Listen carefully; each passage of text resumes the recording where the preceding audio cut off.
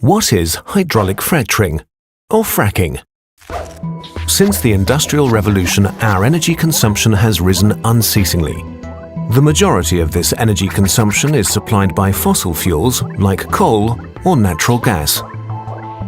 Recently, there's been a lot of talk about a controversial method of extracting natural gas, hydraulic fracturing, or fracking.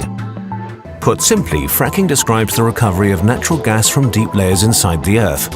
In this method, porous rock is fractured by the use of water, sand and chemicals in order to release the enclosed natural gas. The technique of fracking has been known since the 1940s. Nonetheless, only in the last 10 years has there been quite a fracking boom, especially in the USA. This is because most conventional natural gas sources in America and on the European continent have been exhausted. Thus, prices for natural gas and other fuels are rising steadily. Significantly more complicated and expensive methods, like fracking, have now become attractive and profitable. In the meantime, fracking has already been used more than 1 million times in the USA alone. Over 60% of all new oil and gas wells are drilled by using fracking. Now, let's take a look at how fracking actually works. First, a shaft is drilled several hundred meters into the earth.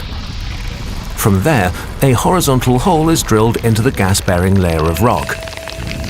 Next, the fracking fluid is pumped into the ground using high-performance pumps.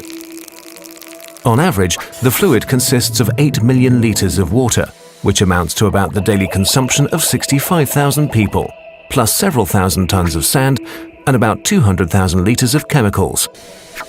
The mixture penetrates into the rock layer and produces innumerable tiny cracks. The sand prevents the cracks from closing again. The chemicals perform various tasks. Among other things, they compress the water, kill off bacteria, or dissolve minerals. Next, the majority of the fracking fluid is pumped out again. And now the natural gas can be recovered. As soon as the gas source is exhausted, the drill hole is sealed. As a rule, the fracking fluid is pumped back into deep underground layers and sealed in there. However, fracking is also associated with several considerable risks.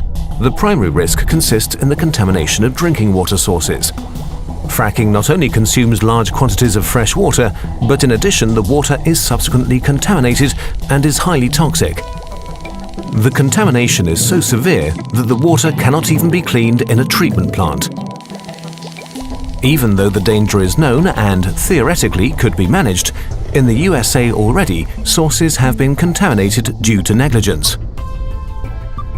No one yet knows how the enclosed water will behave in the future, since there have not yet been any long-term studies on the subject. The chemicals used in fracking vary from the hazardous to the extremely toxic and carcinogenic, such as benzol or formic acid. The companies using fracking say nothing about the precise composition of the chemical mixture.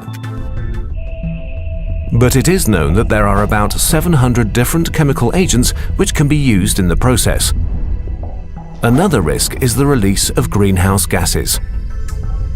The natural gas recovered by fracking consists largely of methane, a greenhouse gas which is 25 times more potent than carbon dioxide. Natural gas is less harmful than coal when burned, but nonetheless, the negative effects of fracking on the climate balance are overall greater. Firstly, the fracking process requires a very large consumption of energy. Secondly, the drill holes are quickly exhausted, and it's necessary to drill fracking holes much more frequently than for classical natural gas wells.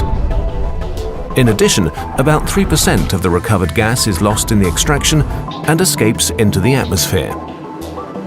So how is fracking and its expected benefits to be assessed when the advantages are balanced against the disadvantages? When properly employed, this technique offers one way in the short to medium term to meet our demand for lower-cost energy.